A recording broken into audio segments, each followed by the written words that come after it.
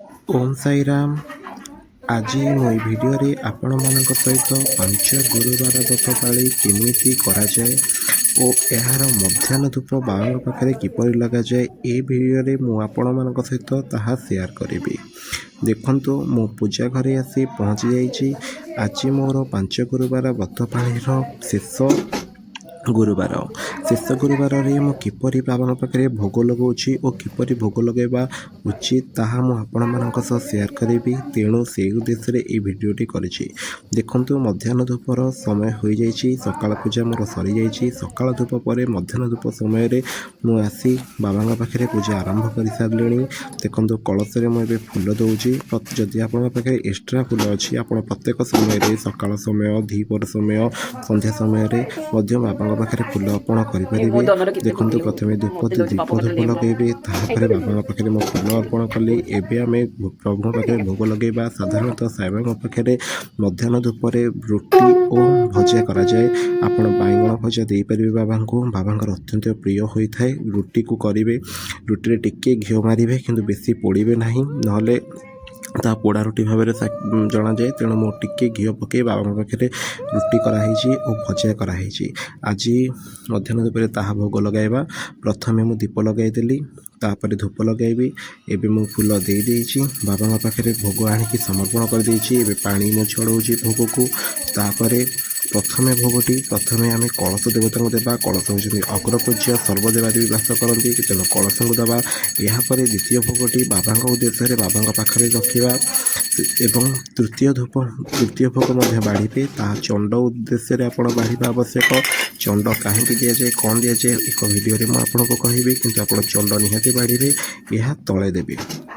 यापर बाबा पाखे आपण भोग लगे सारा पर बाबा पाखे दीप आलती कराए।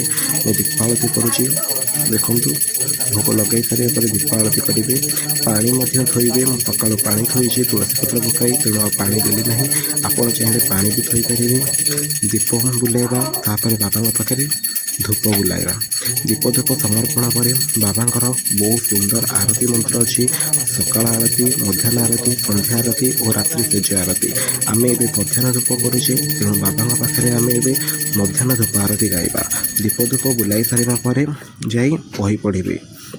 कई बही पढ़ी सारा भोग लगाती किंतु मत सेमती ठीक लगे ना। प्रथम बाबा पाखे भोग लगाइबा तापर जाई बाबा पाखे बही पढ़ा।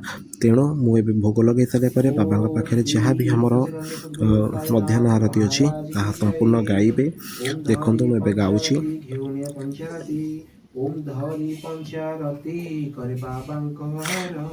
साई बाबा पूजा कले सतरे बहुत मानसिक पूरण हुए। मोर एटा गोटे जाचंगा थिला निहाती पूरण होइतिला। यापर मोर यही पूजा भितर आउ गोटे जाचंगा करथिली बाबा देहर निहाती पूरण होइछि। मु जेते थरे बाबा ओषा करछि निहाती मोर पूर्ण होइछि। आपण पूर्ण विश्वास भरोसा कले निहाती आपण मानसिक भी पूर्ण हम।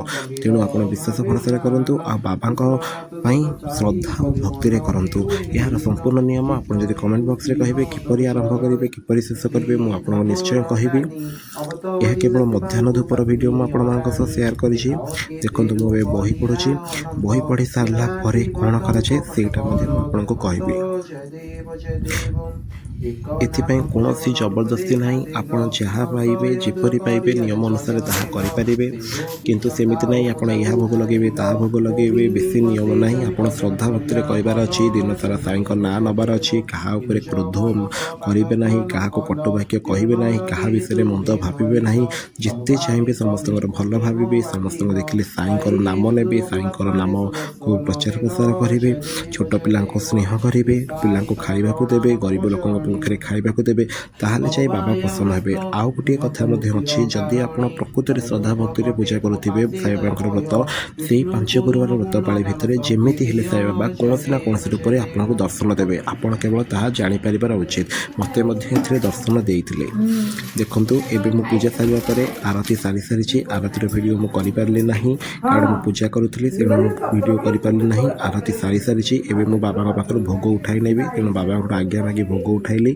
एबे देखो पूजा सरीबा परे आमे सेही भोग को आनिकी निज पई टिके रखिबे बाबा उचिष्ट। तापर आपण आउ जहाँ बाकी बड़का भोग रहिला आपण आनिकी गाई कला गाई किंबा कला कुकुर पाखे समर्पण करेंगे। ମାନେ ତାଙ୍କୁ ଖୁଆଇ ସାରିଲା ପରେ ହିଁ ଆପଣ ତାହା ଗ୍ରହଣ କରିବେ, ଭୋଗ ଗ୍ରହଣ କରିବେ। ଦେଖନ୍ତୁ ସେଦିନ ମୋର ଶେଷ ଗୁରୁବାର ବ୍ରତ ପାଳିଥିଲା, କିନ୍ତୁ ମୋତେ ଗୋଟିଏ ଥରରେ ମୋ ଘରୁ ବାହାରିଲି ମୋତେ ଗାଈ ଓ କୁକୁର ଆଟ୍ ଏ ଟାଇମ୍ ମିଳିଲେ। ଆଉ ଆପଣ ବିଶ୍ୱାସ ବି କରିବେନି, ମୁଁ ଏଇଟା ସାଇବାବାଙ୍କ ରାଣ ଖାଇ କହୁଛି, ମୋତେ ଗାଈ କୁକୁରଙ୍କୁ ଖାଇବା ଦେଇ ସାରିଲା ପରେ ଜଣେ ସାଇବାବାଙ୍କ ପରି ଜଣେ ମାନେ ଗରିବ ଲୋକ ସିଏ ମୋତେ ହଠାତ୍ ଆସି ମିଳିଥିଲେ। ଆଉ ଗୋଟିଏ ଜାଗାରେ ମୋତେ 3ଟି ଯାକ ମିଳିଥିଲେ।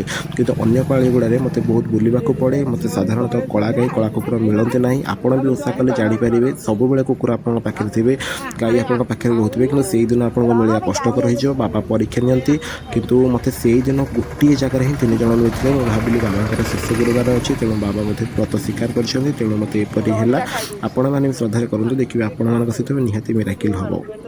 ମୁଁ ସମ୍ପୂର୍ଣ୍ଣ ଭିଡ଼ିଓ କରିପାରିଲି ନାହିଁ, କିନ୍ତୁ ଯେତିକି ବି କରିଛି ଆପଣମାନଙ୍କ ସହ ସେୟାର କରିଛି। ମଧ୍ୟାହ୍ନ ଧୂପ ବାବାଙ୍କ ପାଖରେ ଭୋଗ ଲଗାଇବା ପରେ ଆପଣ ନିହାତି ଗାଈ ଓ କୁକୁର ଦେଖି, କଳା ଗାଈ କଳା କୁକୁର ଦେଖି ସାଧାରଣତଃ ଦାନ କରିବେ। ଏହାପରେ ଦେଖନ୍ତୁ ସେ ବାବା ଜଣକ ମୋ ପାଖକୁ ଆସିଛନ୍ତି, ସେଇଠୁ ମୁଁ ଭିଡ଼ିଓଟି କଟ୍ କରିଦେଇଛି। ମାନେ ଆପଣ ଭାବୁଥିବେ ମିଛ, କିନ୍ତୁ ସାଇବାବାଙ୍କ ରାଣ ସେମିତି କିଛି ବି ନୁହେଁ, ଇଏ ସତରେ ହଠାତ୍ ଆସିକି ପହଞ୍ଚିଥିଲେ। ତ ତାଙ୍କ ପାଇଁ ଯାହା ବି ଥିଲା ମୋ ପାଖରେ ମୁଁ କରିଥିଲି। ଠିକ୍ ଅଛି, ଜୟ ସାଇରାମ, ଦେଖା ହେବା ନେକ୍ସଟ ଭିଡ଼ିଓ।